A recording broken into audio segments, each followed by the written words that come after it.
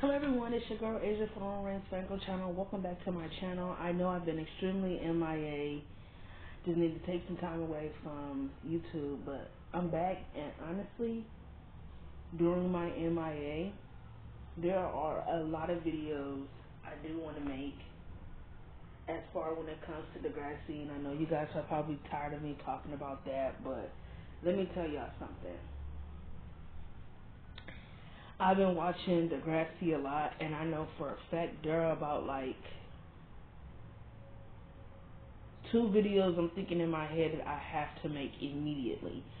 The first video, I have to talk about why I think Tristan is the biggest pick-me in Degrassi. The biggest pick-me. The biggest. For the longest time I thought it was Manny, but no, Tristan takes the cake for being a pick-me. Holy shit, he is such a pick-me in the show, and I gotta talk about it because I really don't like his character, and I don't get anyone who defends Tristan. I don't. So that's one. Another video I want to make, I want to talk about why, to me, when it comes to the writing of Degrassi, it will never ever make sense to me on why Tristan never got on Zoe's ass for dating Miles, or like, it don't make sense to me how calm and collected he is around Zoe and Miles when he know that they dated and had sex. So we're going to get into that. And another video I wanted to make, I also wanted to do like a breakdown of Miles and Maya's relationship, because as many times I go back and watch season 13 and 14, I can honestly say Maya and Miles are one of my favorite couples in Degrassi. Shockingly. No, I don't feel like they had as much chemistry, but what I like about their relationship that Degrassi did, that it just flew in my head, I like how Degrassi showed that 2 teenagers who have experienced trauma should not be in a relationship for a lot of reasons. And I feel like Miles and Maya's relationship was a very emotionally up and down relationship on both parts. So we're going to get into those are the 3 projects I know for a fact that I want to talk about. The video I want to talk about today, I want to break down the whole, and this is from Degrassi Next Class. I know the last video I made was on November 22nd of last year, so if I'm a little rusty, bear with me, because for the most part in this, I'm not going to be winging it. It's always been something I want to talk about.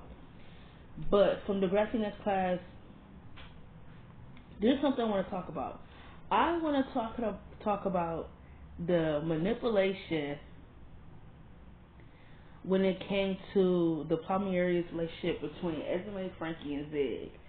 Someone on Facebook, actually this girl who talks about Degrassi, she is called Degrassi Fantics. She's kind of the reason why I kind of have a lot of ideas to talk about certain things, because she breaks things down to where it's like, whoa. Okay, she posted on her Facebook, okay, please, can we talk about Degrassi Next Class? What was the Esme, Zig, and Frankie thing? What was that? Not that it's wrong for people who are polyamorous. I just feel like that was very out of character for Frankie. In the comments, oh man. Now, when she say it's out of character for Frankie, if anything, no, it's not. Frankie being in the polyamorous relationship made a lot of sense for her character, whether people believe it or not. And this is why when I talk about Frankie's character, it really frustrates me, because Degrassi fumbled Frankie's character so fucking bad. I literally don't understand how they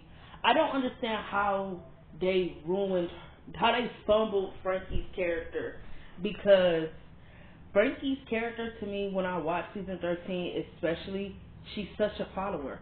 She wants to feel included.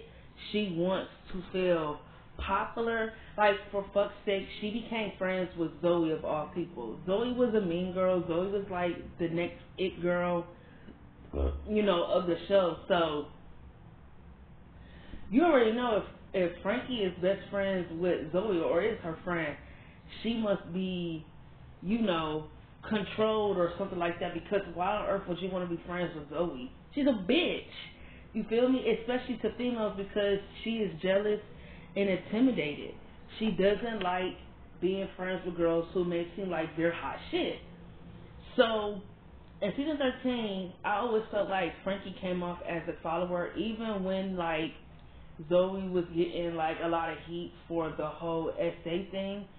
She couldn't wait to turn on Zoe because she turned on Zoe so quick and so fast, because I don't know why Frankie did that, but I always felt like that was very weird to me. How Frankie, you went all this time saying that Zoe didn't deserve what happened to her, but then you turn around and say you believe that she falsely accused of being raped because she hooked up with 2 boys, and then you're gonna stand and basically say she got male attention issues. Whatever that may be, didn't give anyone the right to do what they did to Zoe. I don't give a fuck. It doesn't excuse the fact. It doesn't give you the right. I don't care if this girl got daddy issues, mommy issues, self-esteem issues. I don't give you the right to take advantage of her. It doesn't. So when I'm watching this primary relationship break out, honestly, I think people who are more mad at Frankie need to wake up, because if anything, Frankie is a victim. Frankie was manipulated into that primary relationship by Esma, because Esma was insecure that she was going to lose Zig because she got accepted in college. Zig didn't, because he been lacking on his grades ever since he got in a relationship with Esma, because Esma wanted Zig's entire world to be about her. So off bat, Zig is already in a very emotionally abusive, manipulative relationship with Esma, and I feel like a lot of people don't really talk about that as much. Like, Esma was very emotionally abusive towards Zig, and I do feel like Zig used Esma. Zig is not this good guy who is not a good guy like people try to make it seem like he is, or the show. They can never fool me. Zig 100% used Esma as a rebound, because to me personally, I do agree with those fans who say, oh, when did Zig start checking for Maya again? Exactly. Because when Maya kissed him in season 3, he didn't even seem like he was interested in her like that anymore. It really wasn't until Maya OD where Zig, I guess, started feeling like, what if Maya wasn't in his life anymore? But after the bus crash, he never called, he never checked up on Maya at all. So if anything, it really shouldn't have took Maya ODing for him to, I don't know, to give a fuck. But it did, unfortunately. And when Maya almost OD'd, it made him want to be around Maya more, and that freaked Esma out, because she kind of, I guess, felt like she can't compare to Maya, because how in love Zig was, and how much Zig was in love with Maya, excuse me. And you know, when you have Tiny who basically tells you that Zig didn't or probably won't ever love anyone as much as he loved Maya, and that the only thing that ruined their relationship was jealousy, 100%. The main thing that ruined Zig and Maya's relationship, 2 things, was communication and jealousy. Zig had major insecurities. He kind of wanted Maya's entire world to be about him in a way. I kind of feel like when I go back to season 1, he was extremely paranoid. He was like clingy in a way where it was like suffocating, like as if he didn't want Maya doing anything without him. And I just feel like it just came from an insecurity or jealousy that, you know, Maya was always with these other guys, and it just made Zig feel like maybe he wasn't good enough for Maya. But for some reason, he used that as an excuse for why he did what he did as far as the cheating. But I definitely feel like Zig used Esma, because the second he started talking to Maya again, he couldn't wait to drop Esma. Like, to me, it never made sense in the camping episode when he said, how did he stay with her for that long? Yeah, that's what we're all trying to figure out. If anything, that's the same thing your best friend has been asking you since you got with her. There's no, like, we're not going to pretend here and act like if you watch the show that Esma wasn't fucked up. Esma was not right. She was not well. Esma was an enabler. Esma literally brought dysfunction and toxicity to anyone's life that she was in, from Miles to Zig, with her trauma. She brings trauma into her relationships to where she's manipulating them, whether they believe it or not. She manipulated Zig, she manipulated Miles.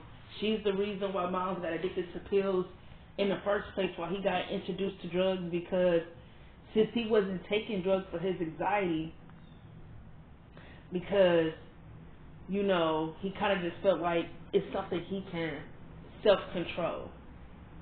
Esma was the one who gave Miles drugs and told him, you don't necessarily need anxiety pills to calm down your anxiety. Any pill can make you calm down. So she started enabling Miles. So Esma was a manipulator. She knew what people wanted. She knew how to give that to them. But when they would drop her because they would find out she's toxic, she would manipulate them into saying like, oh, I give you everything, you turn on me, oh, it's easy for you to betray me. That's how she looked at the whole Miles situation. Like, oh, she faked a suicide just so Miles could talk to her. She threatened to slit her wrist because Zig broke up with her. She called in a bomb threat. Like, Esma had emotional problems. Like, I think Esma had a borderline personality disorder, which makes sense due to her trauma. And that's what I'm trying to get to. Y'all might be feeling like, what does it got to do with the video? It has a lot. I'm breaking down everything because what I'm about to get to is important. I just said that Esma was a manipulator, and she knew what people wanted. She could manipulate that. So with Frankie, when people say it's out of character for Frankie to be in a polyamorous relationship, no. If anything, for the story, it made sense for Frankie to be in the whole Esma and Zig relationship. She just broke up with Jonah. She was sad. Esma gave her confidence to, you know, get back at Jonah, talk shit, dress sexy, get his attention, and flaunt, you know, your body and let him know what the fuck he missing by breaking up with you. You know, remind him. Esma was the one who posted the video of Frankie breaking Jonah's guitar so Frankie could see her feelings for everything is valid, which is 100% valid. Esma manipulated Frankie. She knew what Frankie wanted after her breakup. Frankie wanted to feel something after her breakup with Jonah. And being around someone like Esma, who's just rebellious and full of so much light and doesn't really care about anything, knows how to live life in the fullest, it made sense for Frankie to be attracted to that. And Zig is this hot guy, this hunk guy. Frankie doesn't really talk to him. And Zig was attracted to Frankie, so Esma kind of saw that and kind of knew, okay, I could bring Frankie in. I could use her as an distraction for Zig so he won't leave me. If Zig has two girlfriends, he's fooling around with me and fooling around with Frankie. There's no way in hell he would ever leave. That's what was going on in Esma's head when it came to the whole polyamorous relationship. So, for people to be more mad at Frankie is kind of ridiculous. When she's a victim, Zig is a victim, Esma is the villain. I don't give a fuck if she got, I know she got trauma and all that, but what she did to people on the show is really overlooked, and I feel like it's time to talk about it. How she manipulated Frankie into the whole polyamorous relationship is really crazy. Like, it is, to the fact that when she invited Frankie to the camping trip, she invited Frankie there specifically so she could use Frankie as some type of tool to get them to hook up, so they could all hook up, her and Zig. Frankie said she didn't agree to that. She's not going to do that. Then Esma said, then what's the point of you being here? She said, wait, is that all I am? Some type of tool to keep Zig distracted?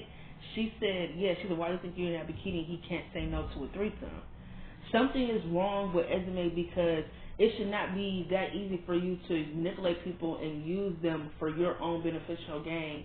And then if they tell you no, you talk about, oh, I'm asking you to do this little thing and you can't do it.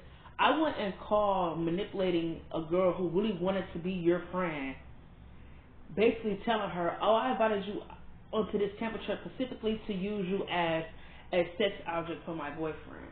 There's no way in hell he can say no to a threesome if I'm here and you're here. I wouldn't call that little. That's a big ass favor if you ask me, because I'm not agreeing to that. No, ain't no way in hell. Esma was very, very manipulative. And I just feel like I have nothing against the polyamorous relationship. I just don't like the way it was written. Like, at this point, I did like Esma. I feel like Esma was a very interesting character. But Frankie, she had no direction after her relationship with Jonah.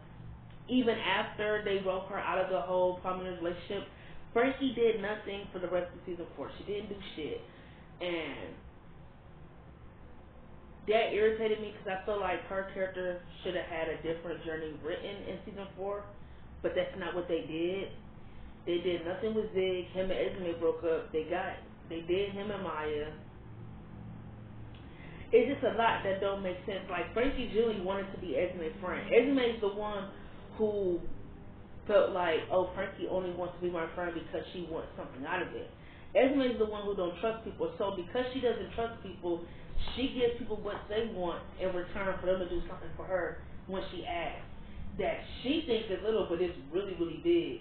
Never on this planet would I ever ask my friend if I'm insecure in a relationship, hey, can you come to a camping trip and basically have a threesome with me and my nigga? Like, no. What fucking decade are we living in? This is not that. It would never ever be that. And I'm gonna tell you the main reason why I don't really like the polyamorous relationship. If you think about it, it doesn't make a lick of damn sense, because if you're telling me Zig is friends with Tiny, Grace, and Jonah now that she's with Grace, that he's friends with Jonah now, closer to him, I guess, because Jonah is dating Grace, then it should have bothered Jonah very, very much that his nigga Zig would even feel comfortable enough to bring his ex-girlfriend to the camping trip, to even entertain the idea that they're all in a three-way relationship, or they've been doing threesomes. Because the only reason why people thought they were sleeping together is because after Frankie had invited Esme and Zig over to her spot to bake cupcakes, they all got a little frisky in the pool, you know, a little make-out session or whatnot, you know, little make-out section, everybody kissing on each other, everybody getting freaky. And after that, Frankie and Esme lied about them all having a threesome. Zig kind of just went along with it, even though it never happened, and that's kind of like how the polyamorous relationship started.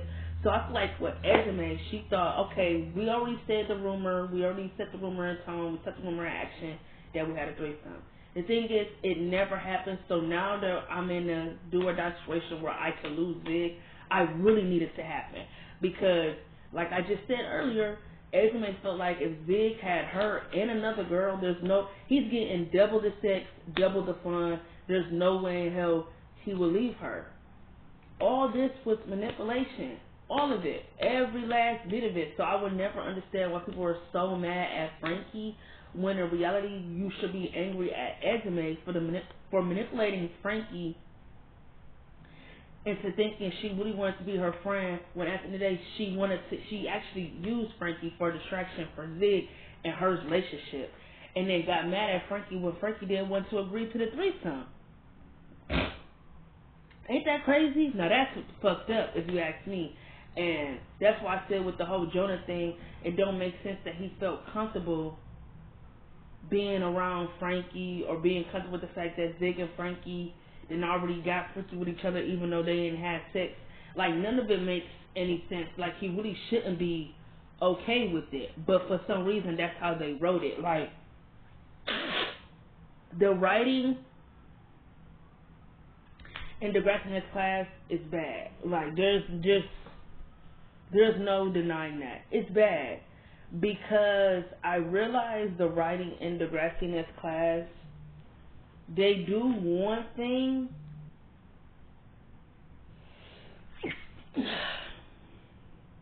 they do this thing where they'll write a storyline, but then it's never like brought back up again. And I feel like in the Grassness class, the writing was just really, really bad. Like, I feel like the structure was bad. I feel like how some of the storylines were plotted out were really, really horrible. I didn't like how any of the relationships were written onto the show. Like, the Grassness class should have done way better Because if we're gonna be honest, the only two characters on that show who gave three characters on the show, I feel like, who gave good storylines that I actually like: Miles, obviously, Maya, and I like the Hunter storyline. Other than that, they didn't, for that cast, for that next generation, they did not do anything with those characters. None of them. The only people they did anything with was Miles, Maya, and Zoe. Ain't no way in hell this is your next generation, and out of all 4 seasons, only 3 characters were developed and complex. You brought in new characters when you ain't even done nothing with your last set of characters. There were people on that cast who I didn't even know anything about. Nothing. They were either there because they were used as a subplot. They were there because they were friends with someone. Like, the writing was just really horrible. Like, I didn't like Miles and Tristan's relationship. I honestly wish after season 14 they kind of just would have deaded that. I'm not even going to hold you.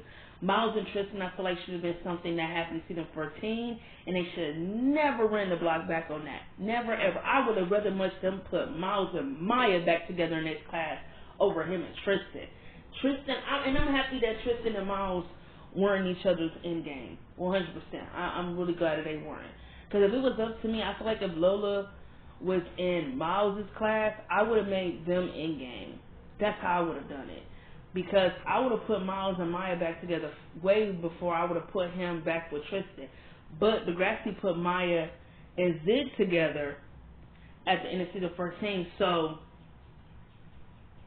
I think Degrassi was just lazy. Because if they were really, by the time they got to the next class, if they were really good at the writing, a lot of things could have been different. A lot. Like, they could have gave Miles, Tristan, they could have gave Miles and Tristan they could have introduced two new characters into the show that could have been Miles and Tristan's endgame.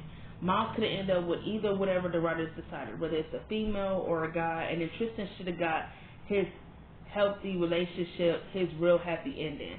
Because I feel like him and Miles was never going to work. So I really feel like because of that, they should never have run the block back on them ever again. They should have just left that where that was at. And I feel like Tristan should have got his happy ending because Miles was not the right fit for him and Tristan was not the right fit for Miles. I like Zoe's LGBTQ storyline as well. My only issue is that I felt like her endgame should have been Grace. But they fumbled that. It's like everything they wrote in season 14, they kind of forgot in next class.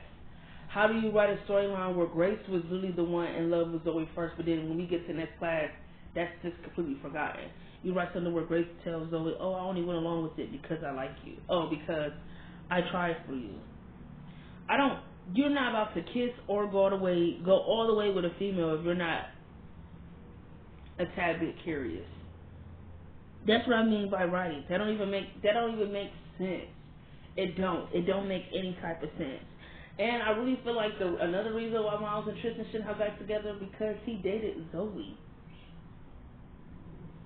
When in reality, if you were gonna put Miles and Tristan back together anyway, then why in season 14 didn't you just do that? Like, after they broke up, you could have did something where time passed and they could have had a conversation. They eventually get back together. What's the point of him dating his best friend? He was gonna get back with Tristan anyway. They make Miles like a hoe, cause like I just said, Miles went through Tristan, Zoe, and Maya. Even though Maya and Zoe ain't friends, it's still like, damn, Tristan and Maya were friends. Zoe and Tristan are best friends. So it's just like, it's crazy that Miles went through that entire trio. It's a bit crazy if you think about it. It is, but yeah, that's just my little sidebar. I feel like the Degrassi next class, when it came to the writing style, a lot of things could have been written better. I feel like they rushed a lot of storylines. I feel like they rushed a lot of the relationships. A lot of relationships could have been better and structured better if the writing was better. Like, I don't know, because there isn't a lot of relationships in Next Class I really like, but damn near every relationship in that show was not written well. For Maya and Zig, they ruined Maya and Zig. Miles and Tristan, I didn't like their relationship. I didn't like Frankie and Jonah's relationship. I didn't like... The only healthy relationship you could say that was on the show was Shane and Tommy, but yet they were so boring, and Degrassi kind of just used them as black character tokens, that they were just best friends to two white people. Tony was the token best friend to Zig. Shay was the token good girl, quiet girl to Lola and Frankie. We didn't know anything about Shay and Tony other than they were extremely intelligent, smart as fuck. They both liked the science, but we knew nothing about them, really, other than school. And then they didn't really do anything with Shay and Tony's relationship, so it's like there really isn't much for me to like, if that makes sense. I like them Miles and Lola, so honestly, it's just Degrassi Next Class. Honestly, I don't know what was up the writers. I don't know if it was a new set of writers who never watched the episode ever a day in their life of the show, but I just feel like personally a lot of stuff in Degrassi Next Class really would have been better if the writing was better. If we got more episodes than 10, and 100%, I feel like Degrassi Next Class would have been really successful had it not been on Netflix. Netflix don't like doing long episodes. They think you could pack everything up in a 10 or 8 episode time span when you really fucking can't. So, for those who didn't like the Palmera's relationship, I understand, because if you look at it structure-wise, it wasn't written well and it was very short. They only did it in 3 episodes.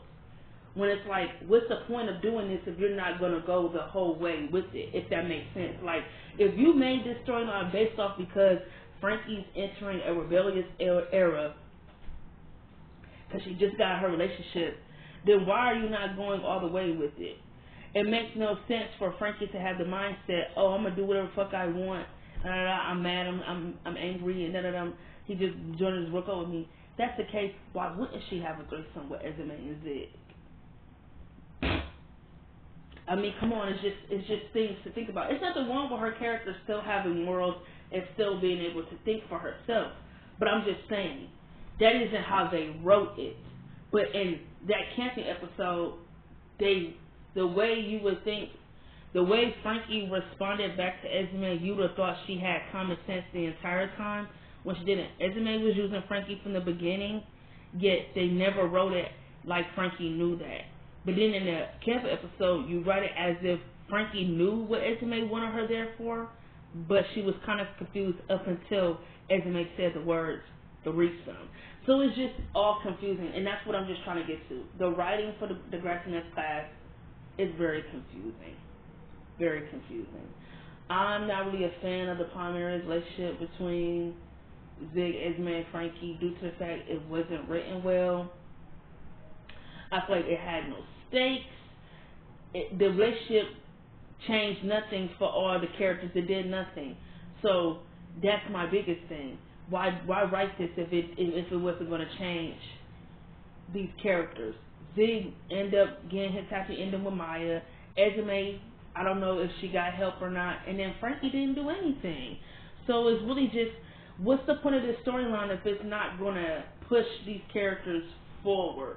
Like, what's the reason? So